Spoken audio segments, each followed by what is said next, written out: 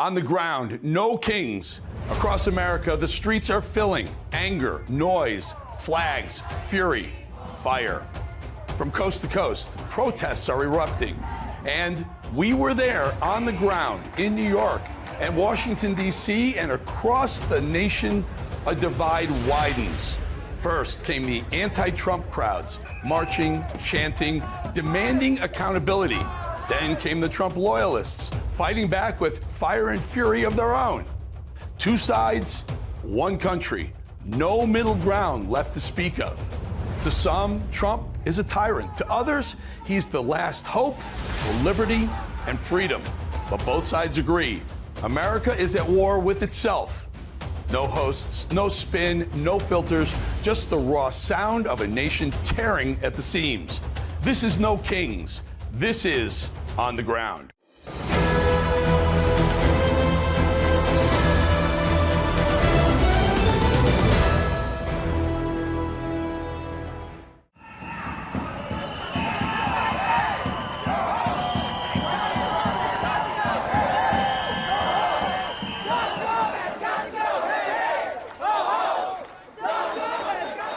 When I first started going to protests, I was living in San Francisco as a student out there, and there was very much the same energy.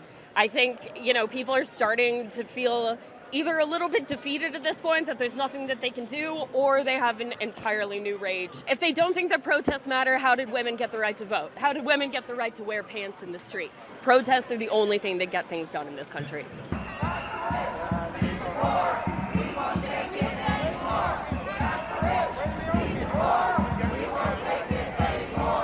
I don't think we've gone too far.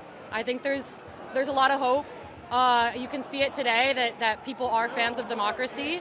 I think there's a lot of very concerning signs of fascism around the country, and I think everybody sees that, and people are just a little bit too scared to call it out, especially the people in power. My grandfather actually fled from fascism in Spain, and then my mother fled from fascism in Cuba. So for me, the real issue is we're approaching a tyranny. It's an issue of the centralization of power, and it's very sort of predictable. I don't want to have to leave my country, which is a country I love, the United States, for the sake of another rise of authoritarianism. It's not looking good, and there's obviously terrible things happening around our country. The way people are sort of being sort of deported is completely without any cause. But the fact that so many people are here, even in the rain, even as he has his military parade in Washington, I think it really means that our democracy is still strong, and as long as we actually preserve it, we're going to be okay.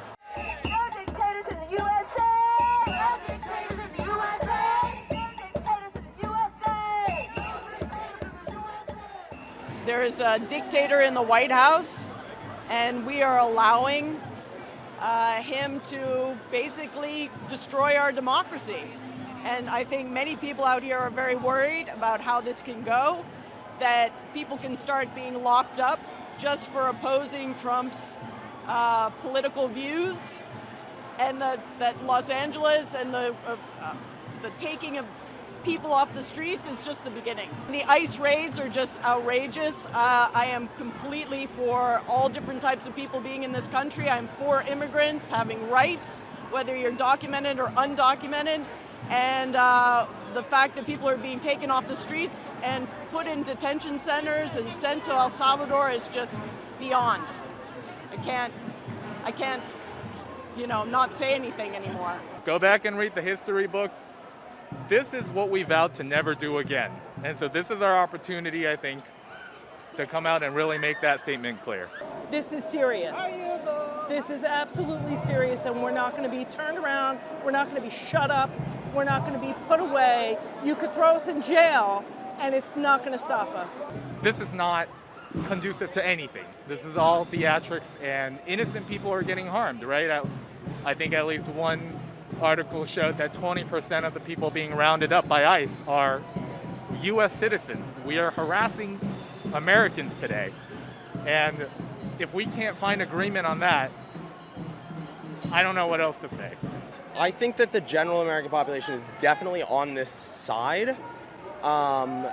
There's definitely division. Obviously, there's a lot of division. I don't think that there are very many people out there that are like, oh yeah, it's really great to mobilize the Marines to enforce the law, which is illegal, right? I don't think that there's a lot of people who think that it's great to, have the president unilaterally activating the National Guard when the governor of a state doesn't want that.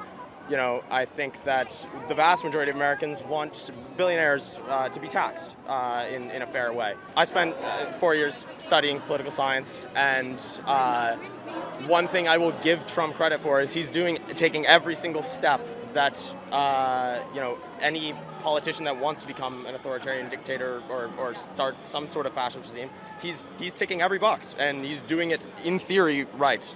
And yeah, we're certainly not operating like a democracy right now. The power of government comes from the power of the people. They violated the contract. They do not have the power which we afforded to them. We have to take it back. Life, liberty, and the pursuit of happiness. That is the purpose of government. As a system, every system has a purpose, and that is our government's purpose. They are not doing that. The question is not, do we have the resources? The question is, where are the resources, right? When the government says, I will provide you with life, liberty, and the pursuit of happiness. If one person's pursuit of happiness entails depriving others of their life, of their liberty, of their pursuit of happiness, that is not a protected right. How do we fix that? The judicial system. The government steps in, they intermediate in those circumstances. They are not doing that. The basic social contract is broken, but this one's literally in writing. Come on, we gotta wake up. It's the people who support him who are the worst, actually. People who are so stupid, the Republicans in Congress who put their heads on their bed, who say that they're doing it for others, but they don't understand that they're voting themselves right out of power, that they're not holding their own power. They were elected officials to represent their constituents, and that's not what they're doing. I don't know what he's promising them at the end of the rainbow, but it must be big and good. I think it shows that people are fed up. If this many people are willing to show up with this type of weather, it shows that people are really sick of what's going on. Yeah, it's really great to see how many people are showing up in this weather. It's a beautiful city. It's very peaceful here. There's nothing. Police aren't doing much. We're here. We're protesting. It's very peaceful, and we're glad to be here. Every generation is here. There's kids, there's older people, there's every single kind of person out here that you could imagine, and that's really, it feels great. So, yeah. Trump must go now! Trump must go now! Yeah, a lot of people do point to Trump and say that he is a king or an authoritarian. He wants to be, but ultimately it's the people who helped get him elected, the billionaires, the technocrats like Elon Musk, of course. These people have an insane amount of power just for the reason that they have money, not for any sort of democratically elected reason. We just can't let ourselves be controlled by populist leaders and worship people as idols necessarily. We should stick more to values and ideas than individuals. If we stick to more values and actually think for ourselves rather than rely on what media dictates for us to think, then we can get back together real easy. Right now, I believe that you will find what you look for in this country. If you look for those that are in need, you will find that. And if you look for those that are elite, you will find that. And that is the same. For you'll always have those that are in need, and you'll always have those that are rich. It is our job as the citizens to be able to respect authority, and in that, there's a difference between trust and respect.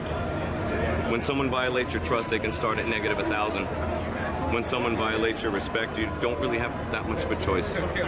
Those that are in authority over us are in authority over us, and respect is something that is given, but trust is something that is earned. That's why when someone violates your trust, they should probably start in a negative capacity and work their way back to zero before they're in a positive light.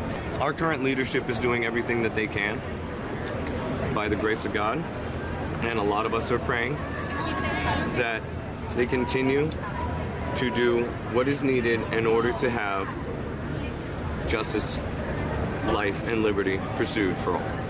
Donald Trump as a president, I feel like he cares about the military. I think he cares about the American people and supports the military and the American people. I feel much safer. I feel like he has strong leadership as opposed to other countries who may be threatening us. Under Joe Biden, it was scary every day. I don't feel like he was competent to run our country in any way. Did not feel safe under his leadership whatsoever. Don't even think he was running the country, as opposed to Donald Trump, who is competent, strong, and a fierce leader and loves the American people. I feel like Americans were being silenced under Joe Biden's leadership. I think everything was being censored, quite honestly.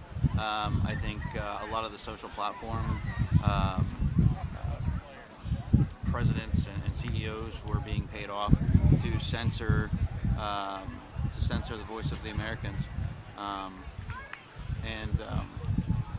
think now everything is finally back on a level playing ground where the American citizen can actually speak and be heard, and it's not being censored or silenced or tainted by media. That's what a better America looks like. It looks like people cheering on those that have defended our country in foreign soils and don't want to see the reality of what foreign wars have created on our own front yard. That is the sound of freedom for a lot of my friends and a lot of my brothers out there when they have nothing left. And the only thing that they have left is a hope. And when they hear that, their hope is solidified in freedom.